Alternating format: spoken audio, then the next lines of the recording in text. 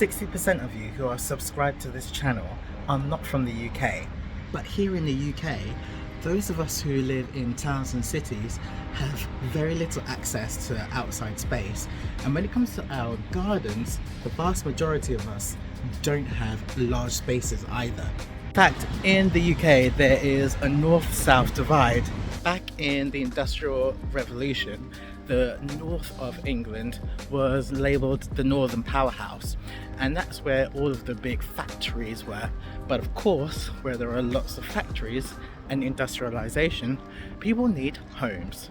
Manchester was named the world's first industrial city. In the 19th century, the city grew and expanded quickly due to the cotton industry. The city became overpopulated very quickly. Terrace-style housing became the solution to cram in as many workers as possible. These terraced houses still exist today. This type of housing can be found all over the north of England. As you can see, the houses are back to back in rows with an alleyway through the middle. Unfortunately, with this type of terraced housing, what it means is that a lot of people don't actually have very much outside space. People don't have back gardens. In fact, it's more like small, tiny little courtyards. But if you happen to have a kitchen extension, then you only have a pathway that leads out onto one of these alleys. The RHS Tatton Park Flower Show is located in the north of England. That makes the show the perfect home for my show garden. In order to make it feel like a real alleyway, I've got terrace gardens all alongside my alleyway, just like the alleyway where this garden's going to be relocated here in Merseyside. Each designer has been given 3.8 by 5.7 meters worth of space to create their very own terrace garden.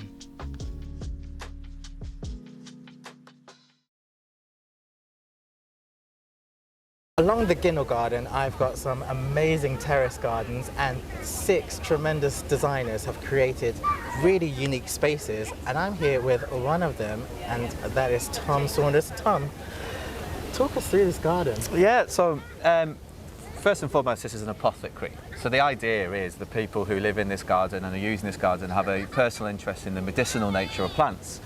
So all the plants here have that added purpose as well as looking really pretty. So that's the general idea. And then away from the planting, we've just wanted to make sure everything is upcycled and reused and repurposed. So we've got the old chicken shed up there, the roof, and reclaimed windows from a manor house in the Peak District and reclaimed local stone.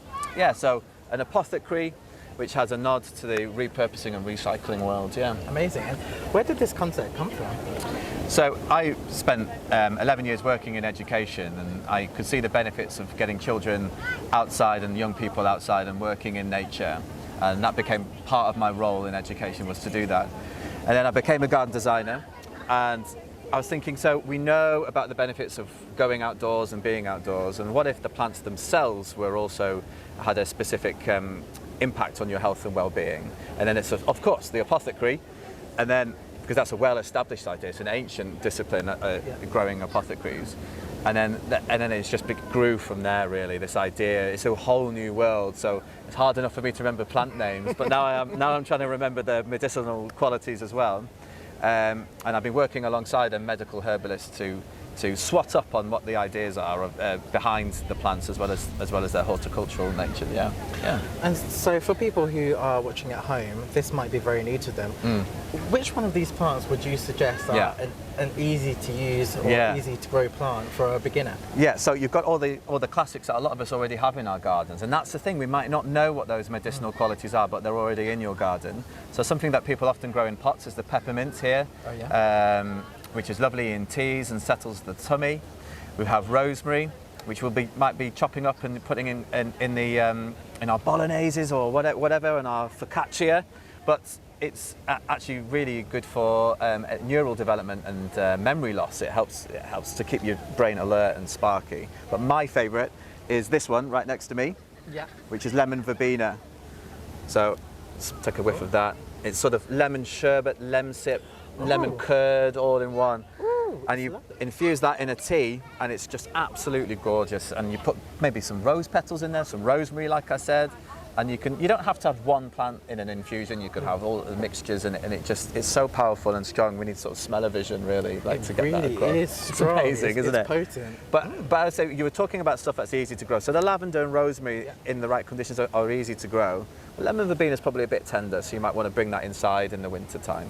Yeah, but I love lemon verbena. That's my favourite. Listen, this is probably one of my new favourites. Yeah. And Tom, what is this contraption behind you? Yeah. So one of the challenges, as you've been talking about in the Ginnell here and replicating a terrace street, we've got to be able to give people the chance to think that they can also wash their clothes and dry them, that they can sit down, that there's room for a pond, there's room for a water butt, there's an outhouse, there's a back gate to take the bins out to the Ginnell, and so as you can see, there's a bit of a sort of Victoriana feel to the place. And I thought, let's take the era out of the utility or wherever it might be hanging up inside people's homes and bring it outside. And in terms of the apothecary, this is suggestion that you might be drying your linen for your lavender pouches or whatever, but you also need somewhere to dry your socks. It's practical living. You need to be able to live in these spaces as well.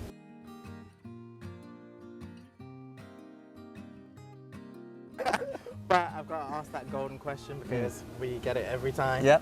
Would you do this again?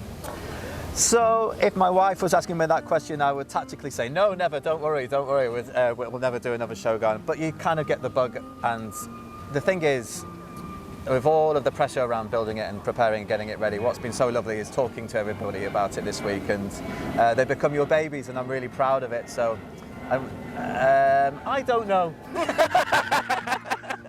Yes and no. Well, it's been an absolute pleasure. Thank you so much for having me, and No worries. see you next year. Yeah.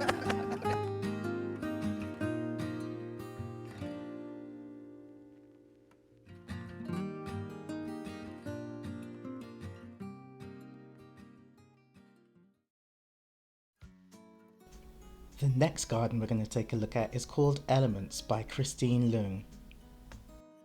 A small winding path leads to a sunken seating area where you can listen to the tranquil sounds of this beautiful fountain space.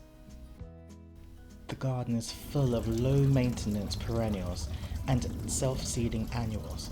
This garden will take care of itself and truly is an oasis in the middle for humans and animals alike.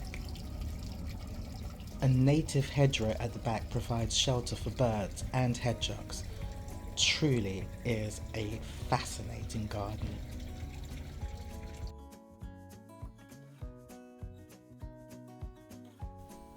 The next garden is called the Empowerment Garden, designed by Petrus.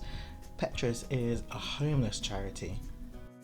The central feature of this garden is a barbecue area. And the garden is full to the brim of different types of edible plants, including beans, herbs, and a fabulous apple tree. The colour palette for the plants are based on tranquility, lots of cool, calming colours. An ideal tranquil oasis in the middle of the city. The terrace garden retreat includes this snug area with lowered seating but raised planting to make you feel really immersed in your environment. The Balanced Garden by Amy Gunning is simply stunning. The planting is bold and colourful, but also doubles up as a safe space for children to play. Amy is going to hate me for saying this, but she was going back and forth creating this border. I cannot tell you how much time she spent meticulously planting this border, but it is just simply stunning. The final garden is called the Brickyard, designed by Connell, and this garden is simply amazing. The brickwork here is a nod to the industrial past that we spoke about earlier on in this video. Maximizing space with these vertical growing containers.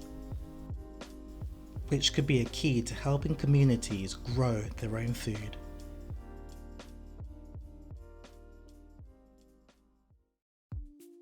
A few months after the show, I took a trip from Manchester to Liverpool. It's only 40 minutes on the train, and as you can see, Liverpool also has an industrial heritage. I headed to the Everton Football Ground Community Garden.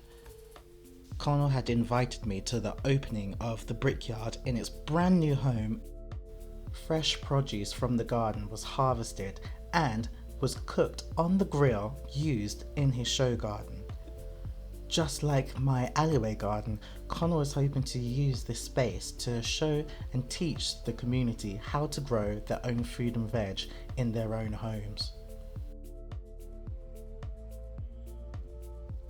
Imagine the whole garden had to be demolished at Tatton and then rebuilt brick by brick here in Everton.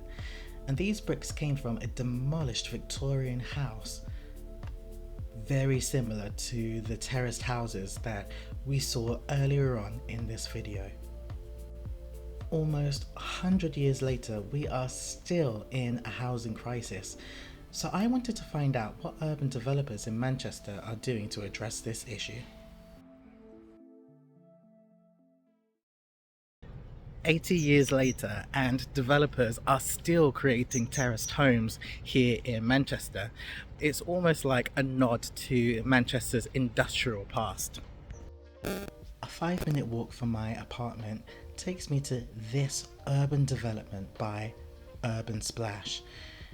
And as you can see, they have created these terraced houses. These are in actual fact townhouses, so they are 3 floors.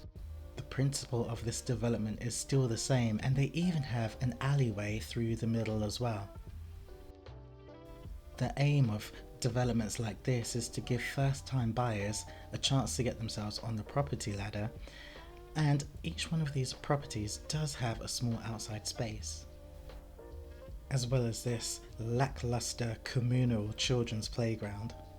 Statistically, more and more of us are living in urban environments, and our access to green spaces is becoming more and more limited, which is why I'm doing my best to make sure that everybody has access to green space.